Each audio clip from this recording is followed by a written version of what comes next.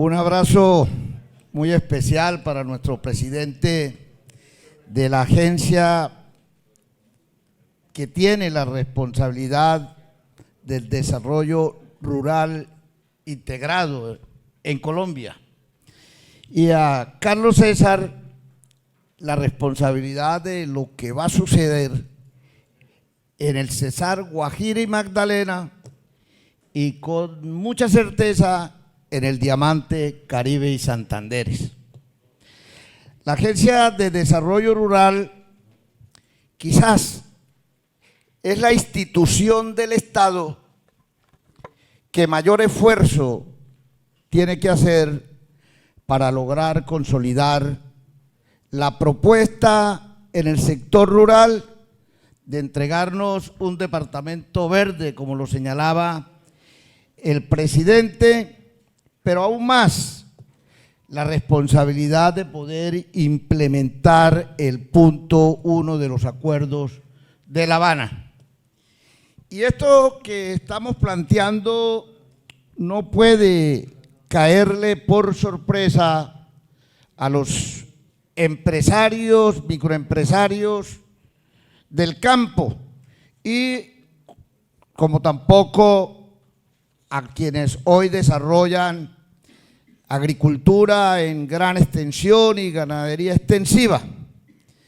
Petro, en la plaza pública, cuando presentó su programa de gobierno, en uno de sus acápites hablaba Colombia, economía para la vida.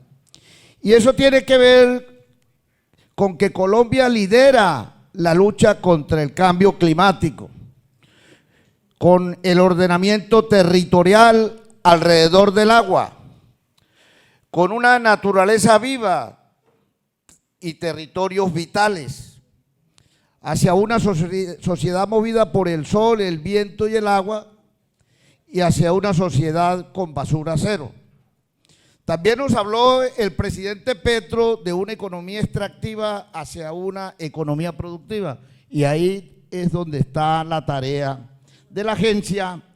conjuntamente con los empresarios y microempresarios del territorio, con la fortaleza y sabiduría del Ministerio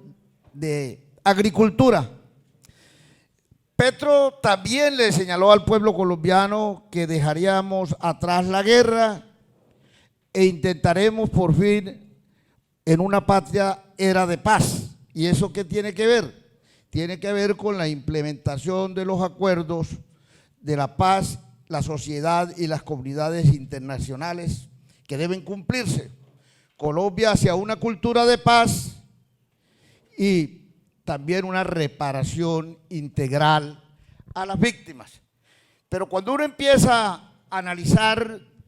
si la comunidad en general, si los ciudadanos, los 10 millones que votaron por Petro y los otros 10 millones que votaron por Hernández, hoy todavía no tienen claridad qué es lo que está el gobierno nacional presentando frente a la transición energética justa. Y sobre esto hay muchas explicaciones que no han convencido ni comprometido a la ciudadanía y a los empresarios del campo. Y es que esto no es fácil. Cuando se plantean los acuerdos hacia un nuevo campo colombiano y una reforma rural integral, tenemos que desarrollar, mi estimado presidente, unos principios que usted es adalid en el país en esto: transformación estructural, desarrollo integral del campo, igualdad en el enfoque de género, bienestar y buen vivir, hacer las priorizaciones, integralidad, restablecimiento, regularización de la propiedad, derecho a la alimentación, participación, beneficio, impacto y medición, desarrollo sostenible, presencia del Estado, democratización de acceso y uso adecuado de las tierras, que es una discusión que arranca inclusive con la posesión del presidente Petro. Pero también dentro de este acuerdo final, en el punto 1, tenemos el Fondo de Tierras para la Reforma Rural. Inicialmente se habló de 3 millones, hay inicialmente un acuerdo de negociar pacíficamente la venta de unas tierras que se suscribió dicho acuerdo entre el gobierno nacional y el doctor Laforí en representación de los ganaderos. Y hoy con complacencia recibimos que el doctor Laforí haga parte de la misión del gobierno nacional en las conversaciones con el Ejército de Liberación Nacional, porque el tema de territorio y de participación ciudadana van a ser fundamentales en el avance de estos acuerdos. También hay otros mecanismos para promover el acceso a la tierra, personas beneficiadas, acceso integral, formalización masiva de medianos y pequeñas propiedades rurales, tierras que son inembargables, los ejidos, las sabanas comunales, las tierras baldías, restitución de tierras, algunos mecanismos de resolución de conflictos de la tenencia de la tierra y uso y fortalecimiento de la producción alimentaria, formación y actualización del catastro e impuesto predial rural, que entre otras, presidente, fue una de las grandes discusiones que le tenían miedo al catastro multipropósito y al rastreo catastral, que por fin se volvió una de las herramientas esenciales para garantizar la propiedad de la tierra y que no quedaban en manos de quienes habían usurpado ilegítimamente esas tierras. Cierre de frontera agrícola y protección de zonas de reserva. Seguimos hablando, es un punto muy largo, muy importante, pero que nosotros no podemos descuidar en hacerle la pedagogía para que la gente sepa a qué atenerse, qué esperar, sobre todo en temas de mecanismos de participación ciudadana, por ejemplo, en planes nacional de reforma rural integral y finalmente algo que nosotros hemos planteado en estos escenarios y en otras mesas de trabajo, que es el tema de la infraestructura vial que tiene que asumir el Estado colombiano, sea a través de la nación, del departamento o los mismos municipios y inclusive con cooperación internacional. Infraestructura de riego, agricultura sin riego, aquí lo plantearon todos ustedes con mucha sabiduría. No es posible, no somos competitivos ni productivos frente a la competencia nacional e internacional. Avanzar en la infraestructura eléctrica y de conectividad. Aquí estuvimos reunidos ayer con la doctora Murgas, donde se hizo un análisis muy claro de la importancia del gas, de mantener las exploraciones con caras de poder ayudar a todo lo que se denomina diversificación productiva y sobre todo en la agroindustria. Aquí también hay que tener en cuenta el tema de salud, de educación rural, para que la gente no venga aquí detrás del espejo de neón que decía el presidente Pico. Vivienda y agua potable, estímulos a las economías solidarias y cooperativas y un punto que a mí me llama la atención y que es un simple discurso en los últimos 20 años. La asistencia técnica a través de la Jumata, eso no está dando los resultados esperados. Igual el acceso al crédito blando a través de la banca pública, Banco Agrario y otras instituciones. También garantizar el tema de mercado. Podemos tener mucha productividad, pero no tenemos mercados a quien venderle nuestros productos. El Estado tiene que por lo menos garantizar una póliza para el costo de esa producción que se pueda perder o comprarla para luego ponerla en el mercado cuando los precios puedan ser competitivos. Y finalmente, mi presidente y miembros de la mesa, hay un tema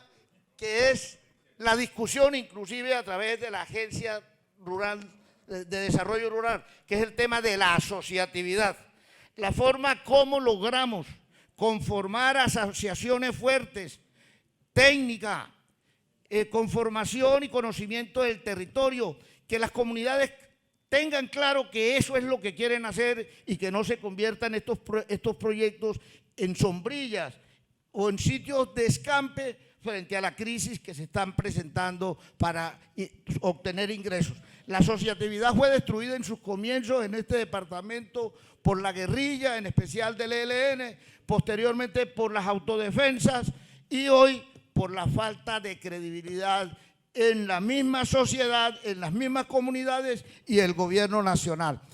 Tocado este punto que es fundamental, entendemos la importancia de la agencia en los ecosistemas que tenemos en el Cesar, lo que es la serranía de la Perijá, Sierra Nevada de Santa Marta, Ciénega de Zapatosa, pero hay unos territorios que reclaman la presencia de la agencia, como es el sur del departamento del Cesar con el río Magdalena e igualmente el corredor minero. Entre eso tenemos que incorporar a Valledupar y sus empresarios del campo, porque quienes hoy están sufriendo los efectos de la transición o la no reapertura de los títulos de Prodeco es Valledupar, donde se ha sentido que se disminuyeron las ventas en las grandes superficies, se cesaron los pagos a los constructores de vivienda, a los grandes concesionarios de vehículos, a las universidades donde sus hijos estudiaban en la universidad privada. Estamos en una situación donde, y yo voy a ser muy respetuoso, mi presidente, no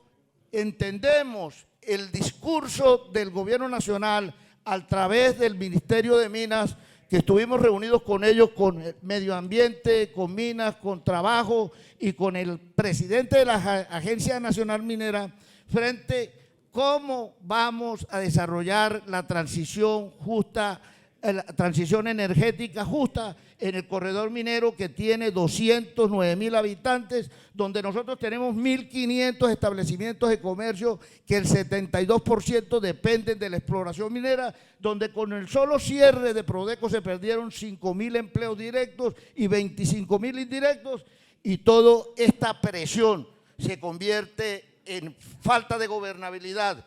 en delincuencia, en inseguridad en el territorio, y así no vamos a alcanzar la paz total. Aquí la discusión también es cómo acceder al crédito o a la cofinanciación de estos proyectos que tengan vida segura